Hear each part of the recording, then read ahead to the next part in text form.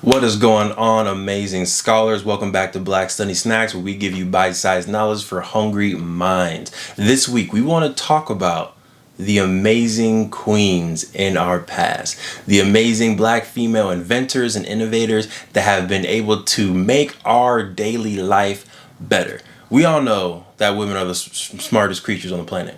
In the universe, right? We know that. Go ahead and leave a comment below whether you agree or disagree. Choose wisely, y'all. Choose wisely. But again, this week we want to cover Black female inventors. This is not going to be a long, extensive list. This is going to be a list of just 3 Black female inventors. If you have ones that you want to highlight yourself, that you want to teach us or the community, feel free to leave your comment below.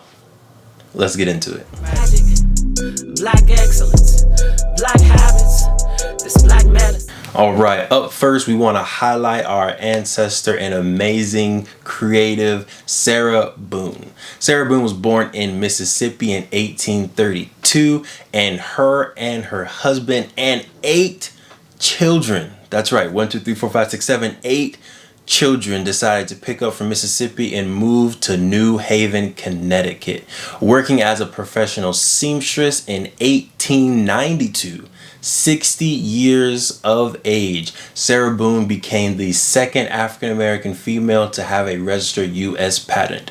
And her patent was in improving the ironing board. So today you see the ironing board has a collapsible legs. It can go up, it can go down depending on the height. You can have that nice soft pad at the top to make sure you can get the steam all the way through. All of those amazing improvements are thanks to inventor Sarah Boone, who added the collapsible legs.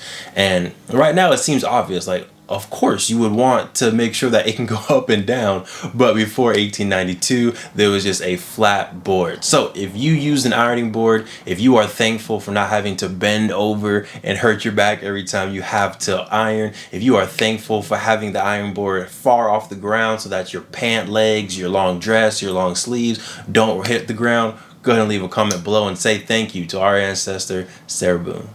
Magic, Black excellence, Black habits, this Black medicine, everything Black. Born in 1922, Queens, New York. Shout out to Queens, shout out to New York, shout out to all of our queens on here. Go ahead and leave a comment if you are from New York. Born in 1922 in Queens, New York, Mary worked as a nurse. And because she worked as a nurse, she had some irregular hours. Sometimes she would get home all by herself. Sometimes she would stay home for long stretches of time by herself. With crime rates in New York increasing, she was a little bit worried. So in 1969, 47 years of age, Mary invented the very first home security system. That's right, in 1969, she created a system that had cameras, microphones, alarms, and even a button that would immediately alert 911. So another cool thing about the features in the home system is that there was a button that you can click to talk to the people outside of your door without opening the door. Very inventive during the time. It seems obvious right now, but Mary Van Brittan Brown was on the cutting edge of home security, and a lot of other security companies that are popping up today have her to thank for laying the foundation. If you use home security in any way, go ahead and give a thank you to Mary Van Brittan Brown below. Thanks for joining us. Magic, Black excellence, Black habits, this Black medicine. Magic, Black excellence, Black habits, this Black medicine. Bessie was born in 1914, in Hickory, Virginia. Shout out to all the Greeks out there. She received her nursing degree and then afterwards went off to continue her education at Mount St. Clair State University. After that, she decided she wanted to continue to use her amazing power as a healer, and she volunteered with the Red Cross organization during World War II to make sure our troops and our allied troops were taken care of. In 1951, Bessie invented the electronic feeding tube to allow injured soldiers to still be able to eat even if they can't use their arms. So what it would do is it would feed you through the tube. You would bite down when you're done, swallow, take your rest, and then when you want more food, you go ahead and release the tube and more food would come. Unfortunately, the American Veteran Administration did not accept this amazing innovation. So what Bessie had to do was make sure she used the allied forces of the French government to still sell the invention and make sure that these soldiers can get the food and nourishment that they so needed. In 1951, she did not stop with just one invention for that year. In 1951, she did her second patent with the United States and invented the portable receptacle support system. This is basically like a sling for your injured arm. But the cool thing at the time that she also added was a cup holder and a bowl holder to make sure that soldiers can still eat even if their arm was injured during the time. So if you've ever broken your arm, you use a sling, or if you just really like what Bessie Griffin was able to do during her tenure as an innovator, go ahead and leave a comment below.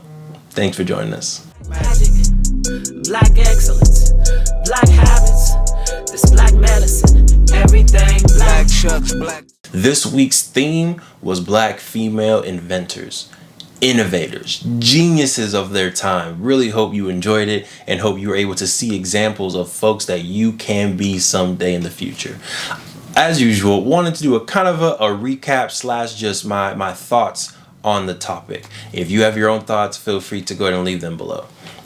Now, the overwhelming thought that I had in each person, each industry, was it's so amazing how they were able to take the knowledge that they are experts in, whether it was a nurse, a seamstress, someone who's just scared to be at home by themselves. They're able to take their own situations, see the problems, and solve those problems.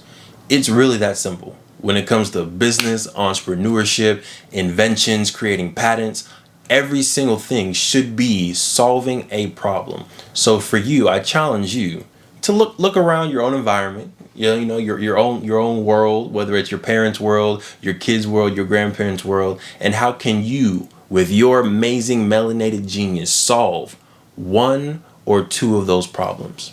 All right. That's the challenge. That's the recap. Look at the talents that you have, the expertise that you have naturally, and the problems that you have around you, and which problems are you equipped to solve.